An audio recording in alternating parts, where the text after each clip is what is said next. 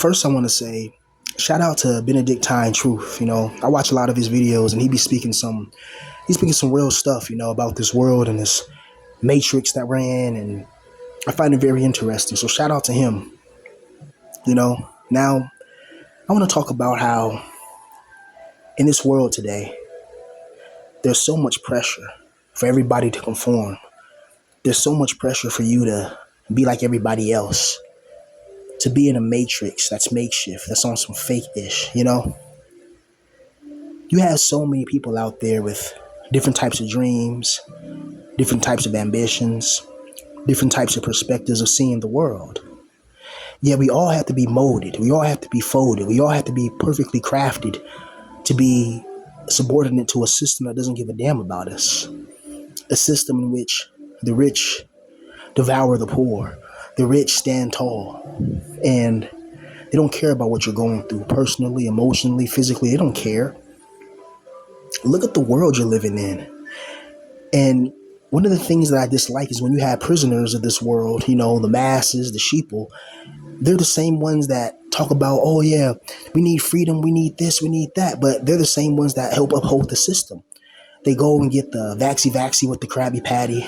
They line up to vote for presidents that are already pretty much selected behind scenes. They think that wage slaving until the grave is normal. They believe in the same religious nonsense that puts them in situations of even more desperation, depression, and poverty. And they still haven't learned. They still don't understand that we live in a spiritual prison. This whole world is designed to torment you. It's designed to break your mind. It's literally designed to make you feel like you're nothing, to make you feel like the little talents that you do have are insignificant. Then I had, an interesting perspective. I was talking to somebody and they were telling me, about how they're kind of losing their faith in religion. And we had a real conversation. And he was telling me, like, when he watched some of my videos and other people talking about Gnosticism and the demiurge and the matrix, he was like, it makes perfect sense, but it's something inside of him. He's just scared. Like, he's scared to, even if, we're right, which we are, look at the world, he's scared of going to hell and he's scared of burning forever and all that. I'm like, you see that? That's the form of mind control right there. That's a form of control, spiritual control. When you have an entity that's an enemy to humanity that threatens you with hellfire, that right there should tell you should get away, And yes, I know people are scared of going to hell. They're scared of burning forever, but a good God wouldn't even create the conceptualization and realization or actualization of hell. A loving God will see if you have any flaws and help heal your flaws, First of all, a loving God would never created a world where you're in the flesh anyway. We would have been born in the heavens. We've been born in the spiritual world. And we'd be able to use our powers to talk to people telepathically, have all these different types of worlds and realms. We can freely go and freely have all the food and housing that we need. There's no bills. There's no need to work jobs that you don't want to work. Shit like that, Why would a loving, caring being put you in this situation? Where you had no control. You had no control over the way you looked. You had no control over who your family is. You had no control over, how this world works. You had no control over the government infrastructure that surrounds you. And yet it's going to try to judge you. The only one that needs to be judged and thrown in hell is the God of this world. He's the only one that needs to be judged. He lets people in your family just pass away. And these people were extremely religious. He didn't help them.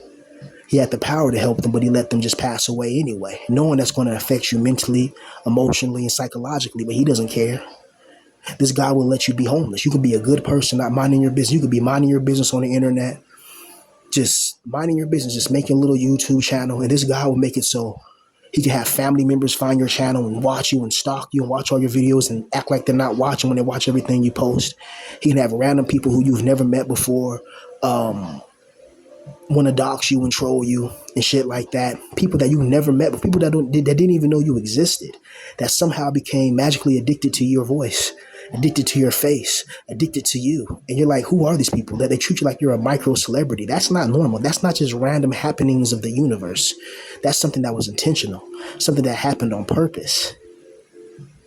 I have a channel with over 700 freestyles. It gets no attention. But when I just sit down and just talk about my life and talk about certain things, then all of a sudden it gets attention. That attention means ascension. Then once I get ascension, it gets wiped away. And then I got to build, a brand new channel while homeless with nothing, you know? That's intentional. All of this, the things that you go through, that one girl that you liked, and you've been meaning to ask her out for months at, maybe at your job, which is a mistake, or maybe at school, which is another mistake, because any type of social areas where females are involved and you try to talk to them, there's a high plausibility and a high probability that they're going to reject you and do it in a disrespectful way, especially in 2026. I don't know if you guys seen that one channel. I forgot the name of it though, but it's this channel where this one girl, she like posts like, she's pretty, but she posts where guys try to come up to her. She will take out her phone and start recording them. I'm just like, whoa, you know what I mean? Like how is that? How is that just a normal thing now? Like she has this one video where she's in the gym or whatever, and this guy just come up to her and just try. He's just talking normally, she's like, and she just pulls out her phone and just starts like recording, And I'm just looking like, what the hell? And then kind of puts him on blast. And this guy like a normal guy, And I'm just like, see this world. You can't even go up to a regular female try to have a conversation, and don't try to tell people about your problems or what you're going through, because people are not going to care. People are not going to care about your problems. They're not going to care about what you're going through. They don't care. If it doesn't affect them, they don't give a damn, right? And then you got to worry about the pressure, to always produce. What loving being would create a realm where there's infinite abundance outside this realm? We can find a whole nother planet out there, and they'll still try to make artificial constructs of control. We can go to Jupiter tomorrow. Oh, well, you can't go to Jupiter, man. Don't listen to what scientists tell you. It's a gas giant, man. They tell you things like that just to lie to you.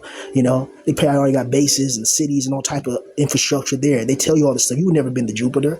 You know what I mean? And you don't read the ancient texts that talk about different planets and planetoids and moons and asteroids and dimensions and realms of existence. There's a reason why they have the Vatican Library, and it's classified and it's secret. You can only go, and not anybody can go in there. And then when they go in there, they make sure you can only access certain information. There's a reason why it's called, there's a compartmentalization of classified information. There's certain things they don't want you to know, right? But going to another planet, going to a universe that's filled with all this abundance, all of this water, all of this landmass on different planets and different places. And if humanity was to go to one of these places, they'll create a new type of money. They'll call it space money or international credits or intergalactic credits or some type of credit. You know what I mean? They'll create some new artificial crap to control people. It just doesn't seem like this whole universe is conducive to your spiritual growth and development. It feels like something really wants to control humans. It wants to control how we think, how we perceive, what we do with our lives. Somebody asked me a question, the other day, and I'm going to answer it right now. They said, how would your life look if you didn't go through what you went through? Well, I'll tell you it right now. I would have made it in music young, probably like either in high school or my last year in high school, my early 20s. I would have made it. I would have blew up as a rich and famous rapper. Probably been a multi-millionaire by 25, maybe 28, maybe in my early 30s if I kept making music. And because once I made it in music and traveled the world and meet different girls, and shit like that, I wanted to make a video game company as well, and also an animation company to make animes and different types of productions and products, But let's start. So if I would have made it, man, I would have made it as a musician. And then I would have found me a good girl, a beautiful woman in my life. Screwed her, maybe put some babies in her belly, have a couple of children, have a big old house, the car that I always wanted, which is the Nissan Skyline R34 V-Spec 2. My favorite dog, the Alaskan Husky or the Wolf Dogs, all types of weapons and ornaments that I really want, And Then once I made it and mastered my musical talents, I'll go into my poetry and I'll go into my writing my books and have that released simultaneously. And then like the characters I created in my books and my little novels and animes or whatever, I release little toys of them, like little, just little toys, little pillows, little hats, to try to monetize the whole creativity. Then I would probably went on from there, and then ultimately I want my own video game company, and then have multiple creative projects going on like that. And at my old age now, I'd have been extremely wealthy, extremely successful, extremely happy. I wouldn't be homeless and having people who watch me who don't like me. Now, majority of people show me love, and I appreciate that. But it's weird going from being a total nobody that nobody cared about to suddenly having thousands of people around the world that tune in to hear you speak.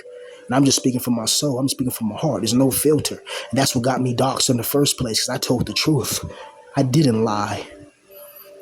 If I would have lied, I would have never got doxxed and left homeless. You know what I mean? I told the truth. And that's why people are attracted to me, because I don't sugarcoat it. I tell things exactly how it is. People don't like that because it intimidates people. When you have a raw, authentic voice, certain people gravitate toward and say, this guy's real. I mess with him. And other people see it, and it exposes their weakness. It exposes their flaws. I got pretty famous and popular on the internet because I used to make those bot videos exposing those thoughts. And it attracted a huge audience, of people that I didn't even like. I didn't even know who I was. And people show me love and all that, And you get people that obsessed with you. It's like being a mini celebrity almost, where you have, I'm not gonna call them fans, because I don't like that word fan. It's just, but you have people that mess with you and show you love, and then you got other people that, you got haters who you don't even know these people, right? And you got haters in the real world. You can go to your job every day and your coworkers can dislike you. They can find something to pick at you, to nick at you, and you can go down the street and somebody can be so somebody can see you crossing the street, as you're walking across the street, and they know they're supposed to stop, but they keep on driving like they're not going to stop and honk at you when they're in the wrong, when they're supposed to yield to the pedestrian. They know the rules of the road, but they don't care. This world is designed to do microaggressions towards you. You ever been in a good mood and you just like, man, today was actually a decent or a good day, I could say. And then next thing you know, something bad happens. And you're like, what the hell? How did that happen? Why did that happen? You start to question this world, like, if there's a good loving being or entity, why do bad things always happen? Because bad things having bad things happen to you, it doesn't make you stronger. It makes you weaker. Because there's people that didn't go through anything in life. They had the girls, they had the cars, they had the money, they had the success, they had everything we could only dream of, and yet their lives are still amazing. And they didn't learn anything but how to be successful. And really that success is pretty much handed to a lot of them. Meanwhile, people like us in our position, we go through so many negative circumstances. We go through so many emotional turmoils. We go through so much emotional fluctuation and devastation and destruction and degradation. And the corruption of the soul and the corruption of the mind starts with pain. It starts with agony. That's the insanity of this world. You're alone for a reason. Some people are alone because they're evil and they're assholes. Other people are alone because they're too nice of a guy, or they don't fit the mold of an attractive guy that can get a female. Because every guy wants a female in their life, man. But after a certain age, you have to just smell the roses. You have to just look at it and say, I'll never have true love in my life, and I'll never have the life that I wanted. And when you're somebody that you want to make it in a career that's creative. Let's say you want to be a famous Twitch streamer. Everybody's going to doubt you. Everybody's going to talk shit because the likelihood of that happening is almost zero. But if you do get lucky and make it and become a multi-millionaire playing video games, everybody's going to hop on your nutsack. Everybody's going to act like they were there for you. Everybody's going to act like, you were the hero where they treated you like a villain. This world has so much negativity. It has so much reason to be destroyed, And that's not going to happen until the people start to realize that we're getting screwed in this matrix and to rise up. Most people are not going to rise up because they're comfortable. Most people, they wake up, they go to their 9 to 5, they got food, they got water, they got shelter, and that's all. They don't strive for more. I strive for greatness. I'm not some lazy loser. Are you crazy? I can write books. I can make beats. I can rap. I make videos. Hell, I got 1,000 subs now, which is crazy. Like, I mean, and I don't even feel anything because I had thousands more. You know what I mean? But I got 1,000 subs while homeless, while having nothing. You know, most people told me like, bro, I don't know how you're still going on after going through what you go through. You're a strong mother effer. I'm like, yeah, man, I have to be. I'm a soldier, man. I feel like one of those guardsmen in Warhammer 40K. You have to just be strong in this world, and then strength doesn't equate to success. You can have all the strength in the world and still be a failure. You can have no strength in the world and be a success. You know, this world is not conducive to creators. If you're a creative person, the idea of being a wage slave destroys your mind. I want to sit all day, smoke marijuana, and make music, you know, and go with a pretty beautiful European female, you know what I mean, and engage in promiscuous activities. Shit, I'm being real. Shit, keep it 100, keep it a buck. You know what I mean? You know, and live my life in peace and tranquility. I know a lot of us want to do that. You see, we look at a lot of multimillionaires. They're just rich, successful neats. You know, I watch a lot of YouTube. People that do trading and crap like that with the crypto, which I still don't understand. And some of them tell me like they would literally just sit all day and play Call of Duty or Fortnite, or sit all day and work on a little novel, whatever, and really don't even leave the house for a few days. And they'll make about 20, 30 grand in a couple of days because of their trades and their investments. I'm like, damn, how do I get to that level? And if you try to ask them about that, they give you this runaround. Hey, buy my book for $19.99 or buy my course. And then the course doesn't help you out. It's just to give them more, it's to make them more wealthy. Then they have people that they pay to tell, oh yeah, work for me, work for me. It's like, that's not how success works. When people are at the top, they want to stay at the top. And if everybody's at the top and no one's at the bottom, they need people like us in the position so we can work the low-paying jobs, so we can get humiliated and teased by females, so the loose energy farm can keep on loosing our energy, so the demiurge and his minions and his archons, they can keep putting us in negative situations and negative associations and negative frictions that are just, primal restrictions to our soul that make sure that we can never grow. You understand? So everything that goes wrong in your life, man, is orchestrated by an evil entity. You can believe it or not, but you will know this is by the end of the month, something's going to make you pissed.